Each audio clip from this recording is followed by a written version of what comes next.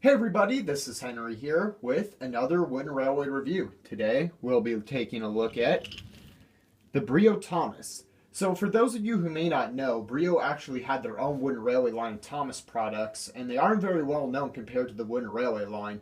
There are a few things that may factor into that. First of all, they were only in production for a few years, which were 1996 to 2000. Also, they were only sold in Europe and Japan to my knowledge. They're never sold in stores in America, and I'm not sure why.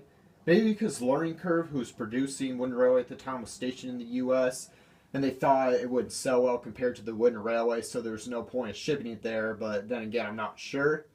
But for the short while the BRIO made Thomas, they made quite a few items. They made all of the main 11 except Donald and Douglas.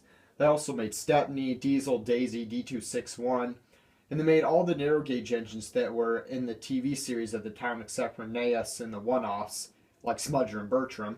They also made the Magic Railroad characters like Diesel 10, Splatter, Dodge, and Lady. And they also made a battery-powered Thomas. With rolling stock, they made Annie, Clarabelle, a generic troublesome truck, Scruffy, and Toad.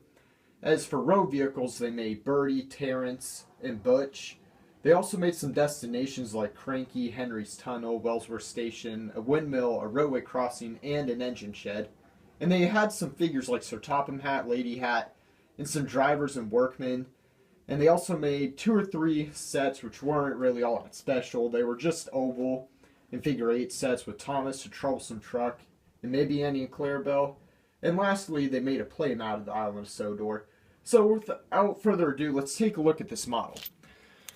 So, I really do like the face.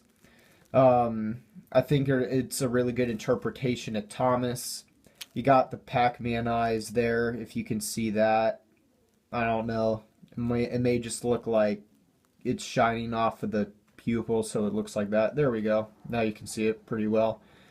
And then, as you can see, Thomas has just a small magnet in the front, but then as I show you guys the back, he has a normal sized magnet, and just to let you guys know, this magnet still works as a normal magnet. For some reason it's just small.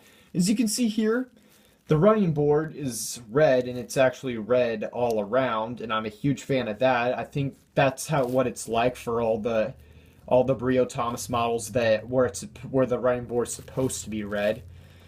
And I really like the detailing on the side. I like the font for the number 1. I like the design of it. I think that's a good interpretation of the number 1 on the TV series, which I'm pretty sure that's what they were going for. And then on the back you got the BRIO sticker, which is dated 1996, and as I'm trying to focus, it won't. And as I said before, there's the normal sized magnet. And then here's the other side, in case you guys were just curious about it. Then on the top, as you can see here, there's a black roof. It's kind of just stamped on there. As you can see, there's blue around it. And then you got no stripes, a dome funnel, and then there's no coal in the bunker, which is kind of disappointing. But I mean, I'm not gonna be too hard on it for that because Learning Curve has made a few models where there wasn't coal in the bunker, like Wilbert, for example. There's probably a few others. On the bottom, as you can see here, it's screwed in on the bottom. And as you can see here, there's a little bit wear and tear. I don't know. Maybe someone, was trying to unscrew the model, or maybe they were just, kind of picking at it or something. But it's not too bad. It's just the bottom. Other than that, this model's in really good condition. So now that we've seen the model, I guess I'll give my final thoughts. I personally like this model of Thomas, and I really want to use it in some of my videos, but I don't know what I could use it in. Because as you guys know, if you watch my series of remakes, I use a new style Learning Curve Thomas, and that's what I've been using ever since I started making videos. But if you plan on getting this model, eBay's your best bet. BRIO Thomas models aren't the easiest to come by. And I'd say don't pay any higher than $35 for this model. I got mine off of eBay for $25, and when it came, I saw that they also threw in a BRIO James, which I wasn't expecting, and that was a great surprise. And if you'd like to see a review on the BRIO James, please let me know in the comments.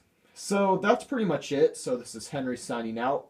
Please like and subscribe for more reviews like these and other Thomas Wooden Railway related content.